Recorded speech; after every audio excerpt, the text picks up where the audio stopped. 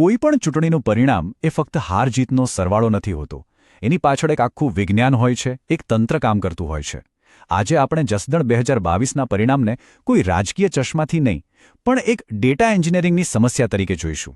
આપણો હેતુ કોઈની તરફેણ કે વિરોધ કરવાનો નથી, બસ આંકડા અને વ્યૂહરચના પાછળનું ગણિત સમજવાનું છે. તો આપણી આ સફર કેવી રહેશે? પહેલાં આપણે જસદણની જમીની હકીકત સમજીશું.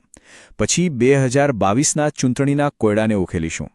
જોઈશું કે મત કઈ રીતે વહેંચાયા, મત વિસ્તારની તાકાત અને નબળાઈઓ શું છે, એના આધારે પુનરાગમન માટેનો એક પ્લાન કેવો હોઈ શકે, અને છેલ્લે જનાદેશથી શાસન સુધીની સફરનો અર્થ શું છે.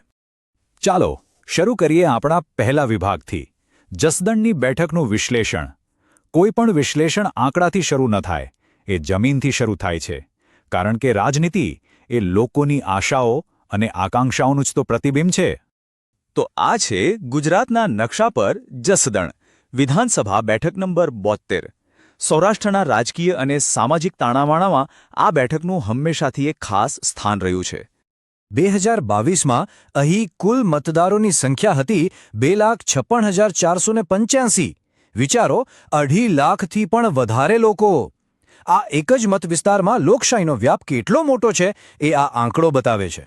પણ આ મતદારોનું સામાજિક ગણિત કેવું છે? જુઓ, આ સમજવું બહુ જ જરૂરી છે. લગભગ 40% મતદારો કોળી સમાજના છે. એનો સીધો મતલબ એ થયો કે આ વિસ્તારનો સૌથી મોટો અને સૌથી નિર્ણાયક મતદાર સમૂહ આ જ છે. આ ગણિતને સમજ્યા વગર જસદણના રાજકારણને સમજવું લગભગ અશક્ય છે. અને આજ આપણને આપણા બીજા વિભાગ તરફ લઈ જાય છે, 2022ની ચૂંટણીનો કોયડો. સવાલ એ છે કે જે બેઠક દાયકાઓ સુધી કોઈ એક પક્ષનો ગઢ રહી હોય, એ ગઢ અચાનક તૂટી કેવી રીતે ગયો? ચાલો આ રહસ્ય પરથી પડદો ઉઠાવીએ. આ સમયરેખા પર એક નજર નાખો. 1995, 2002, 2007, 2012, 2017 એક જ પરિણામ, કોંગ્રેસની જીત. સતત એક લાંબી સ્થિર પેટર્ન. અને પછી આવે છે 2022, જ્યાં આ પેટર્ન તૂટી જાય છે. આ જ પરિવર્તન આ પરિણામને ખાસ બનાવે છે. તો પરિણામ શું આવ્યું? આ રહ્યા 2022ના આંકડા. ભાજપના ઉમેદવાર કુંવરજીભાઈ બાવળિયાને મળ્યા 39.5% મત, કોંગ્રેસના ભોળાભાઈ ગોહિલને 28.4% અને આમ આદમી પાર્ટીના ઉમેદવારને મળ્યા 29.5%. અહીંયા એક વાત ખાસ નોંધવા જેવી છે. બીજા અને ત્રીજા નંબર વચ્ચેનું અંતર જુઓ, બહુ જ ઓછું. અને અહીંથી જ સૌથી મોટો સવાલ ઊભો થાય છે. ફક્ત 39.5% મતોથી જીત, આ કેવી રીતે શક્ય બન્યું? આ જીત પાછળનું અસલી ગણિત શું હતું? ચાલો ઊંડા ઉતરીએ. આપણા ત્રીજા વિભાગમાં આપણે આ જ સવાલનો જવાબ શોધીશું. મતોનું વિભાજન કેવી રીતે થયું?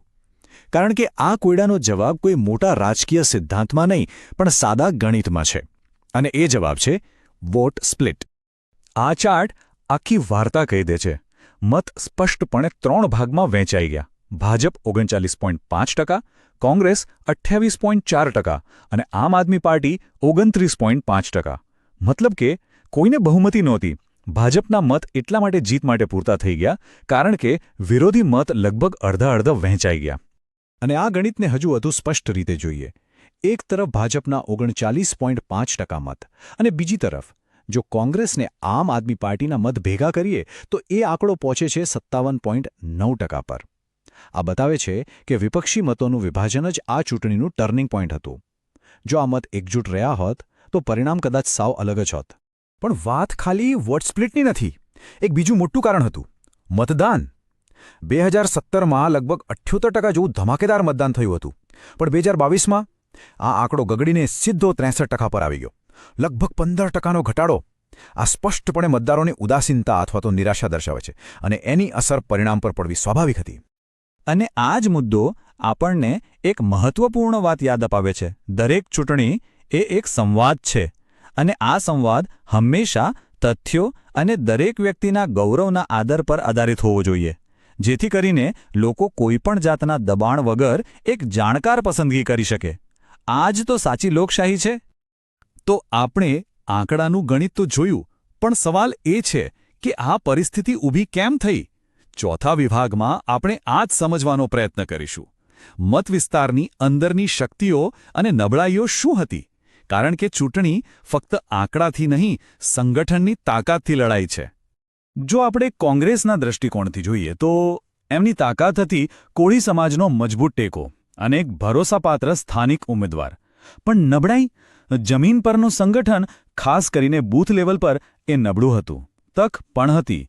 મોંઘવારી અને બેરોજગારી જેવા મુદ્દાઓ લોકોમાં ચર્ચામાં હતા, પણ સામે બે મોટા પડકાર હતા: ભાજપનું મજબૂત સંગઠનાત્મક માળખું અને એપી દ્વારા થતું મતોનું વિભાજન. ટૂંકમાં કહીએ તો આ આખી લડાઈનો સાર શું હતો? એક તરફ હતી કોંગ્રેસની જમીની વિશ્વસનીયતા અને બીજી તરફ હતું ભાજપનું સંગઠનાત્મક મશીન. આ બે વચ્ચેનો જ મુખ્ય સંઘર્ષ હતો. પણ આ બધી રાજનીતિની વચ્ચે સામાન્ય મતદાર શું વિચારી રહ્યો હતો? લોકોની સૌથી મોટી ચિંતાઓ હતી મોંઘવારી અને બેરોજગારી. એ સિવાય ખેડૂતોની સમસ્યાઓ અને સ્થાનિક ઇન્ફ્રાસ્ટ્રક્ચરના પ્રશ્નો પણ હતા. આ બતાવે છે કે લોકોના રોજબરોજના જીવનને સ્પર્શતા આર્થિક મુદ્દાઓ સૌથી ઉપર હતા. અને આ જ કોઈપણ પક્ષ માટે એક મોટી તક હતી. સારું, અત્યાર સુધી આપણે સમસ્યાનું વિશ્લેષણ કર્યું. હવે વાત કરીએ ઉકેલની. આપણા 5મા વિભાગમાં આપણે એક બ્લુપ્રિન્ટ જોઈશું. આ ડેટાના આધારે પુનરાગમન માટે એક 90 દિવસીય પ્લાન કેવો હોઈ શકે? આ છે 90 દિવસની સીડી. ચૂંટણીના 90 દિવસ પહેલાં પાયો નાખવાથી શરૂઆત થાય. 60 દિવસ પહેલાં લોકો સુધી પહોંચવું, 30 દિવસ પહેલાં એજન્ડા સ્પષ્ટ કરવો, 15 દિવસ પહેલાં માહોલ બનાવવો અને અંતે ચૂંટણીના દિવસે એને અમલમાં મૂકવો. દરેક પગથિયું જરૂરી છે. તો પહેલા તબક્કામાં શું? 90 દિવસથી 60 દિવસ સુધી ફોકસ હોવું જોઈએ પાયાના કામ પર. બૂથ સમિતિઓ પાક્કી કરવી, કયા મતદારો અનડિસાઇડેડ છે એમને ઓળખવા, સમાજના આગેવાનો સાથે ફરીથી સંપર્ક સાધવો અને ડોર ટુ ડોર કેમ્પેનને વધુ તેજ બનાવવું. હવે બીજો તબક્કો, છેલ્લા 30 દિવસ. અહીં ફોકસ શિફ્ટ થાય છે. લોકોની જે મુખ્ય ફરિયાદો હતી એના પર એક સ્પષ્ટ ઢંઢેરો બહાર પાડવો, રાજ્યના મોટા નેતાઓને રેલીઓ માટે મેદાનમાં ઉતારવા, સોશિયલ મીડિયા પર ધૂમ મચાવવી અને સૌથી અગત્યનું, મતદાનના દિવસે પોતાના મતદારોને બૂથ સુધી પહોંચાડવાની વ્યવસ્થા કરવી. પણ આ બધું શા માટે? શું ચૂંટણી જીતવી એ જ અંતિમ લક્ષ્ય છે? બિલકુલ નહીં.